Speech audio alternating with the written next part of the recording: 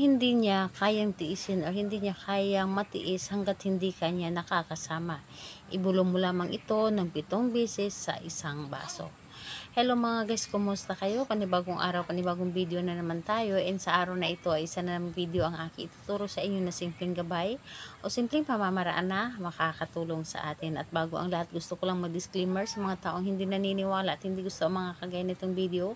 Please skip this video and maghanap kayo ng videos na gustong gusto nyo dahil ang video na ito ay para lamang ito sa mga taong naniniwala and gusto mag-try.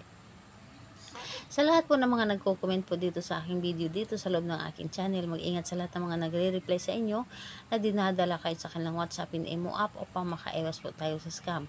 Ayun po, ituturo ko sa inyo paano kayo hindi kayang tiisin ng inyong partner na hanggat hindi kanya makakasama. Yung tipong hindi niya kayang tiisin ang kanyang sarili hanggat hindi kanya makikita o makakasama. So, dito po ay pwede itong gawin sa parehas ang kasarian, babae to babae, and lalaki to lalaki. And syempre naman sa ating babae at lalaki na mag-partner. And pwede mo itong gawin kahit na kayo ay magkalapit at magka-LDR sa isa't isa.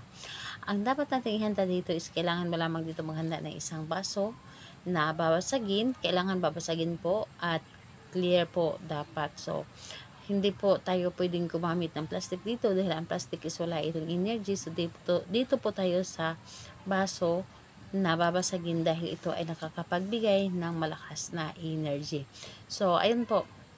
Kapag ready na ang baso, kailangan mo lamang din dito i-claim sa iyong sarili. Dapat po ay gagawa ka ng isang ritual ay buo ang inyong loob.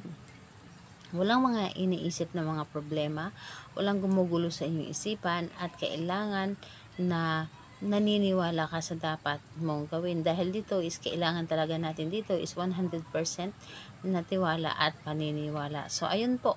Kapag ready na, pwede mo na itong umpisahan. So, ang gagawin mo lamang dito is magmuni-muni ka muna. Halimbawa ay titigan nyo muna ang kanyang larawan. Titigan nyo muna ang kanyang larawan at ramdamin niyo kung gaano mo siya kamahal. At pagkatapos nun, ibulong mo lang dito sa baso ng 7 beses ang kanyang pangalan at apelyido. Halimbawa, ganito po. Pangalan at apelyido at sabihin mo dito, hindi mo ako kayang tiisin hanggat hindi mo ako makikita o makakasama. So, pangalan, apelyido, hindi mo ako kayang tiisin hanggat hindi mo ako makikita o makakasama. So, 7 ulit mo itong ibubulong dito. So, ganyan po ang pagkalagay ng baso sa iyong bibig. So, ibubulong mo lang dito sa loob.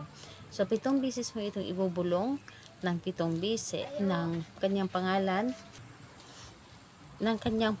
at apelyido. And pagkatapos nun, pagkatapos yung ibulong dito sa baso ang iyong nais, ang baso na ito ay itaob mo lamang dito sa iyong palad ng mga ilang segundo.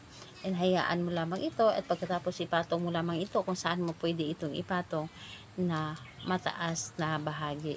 So, pwedeng sa ibabaw ng mesa or sa cabinet, pero hindi ito pwedeng kunin hanggat hindi ka pa niya tinatawagan. So, ayun po, gawin ito sa kahit anong araw at oras. Pwede po and maniwala kayo sa inyong mga ginagawa. Salamat po sa inyo. Bye-bye everyone. God bless us.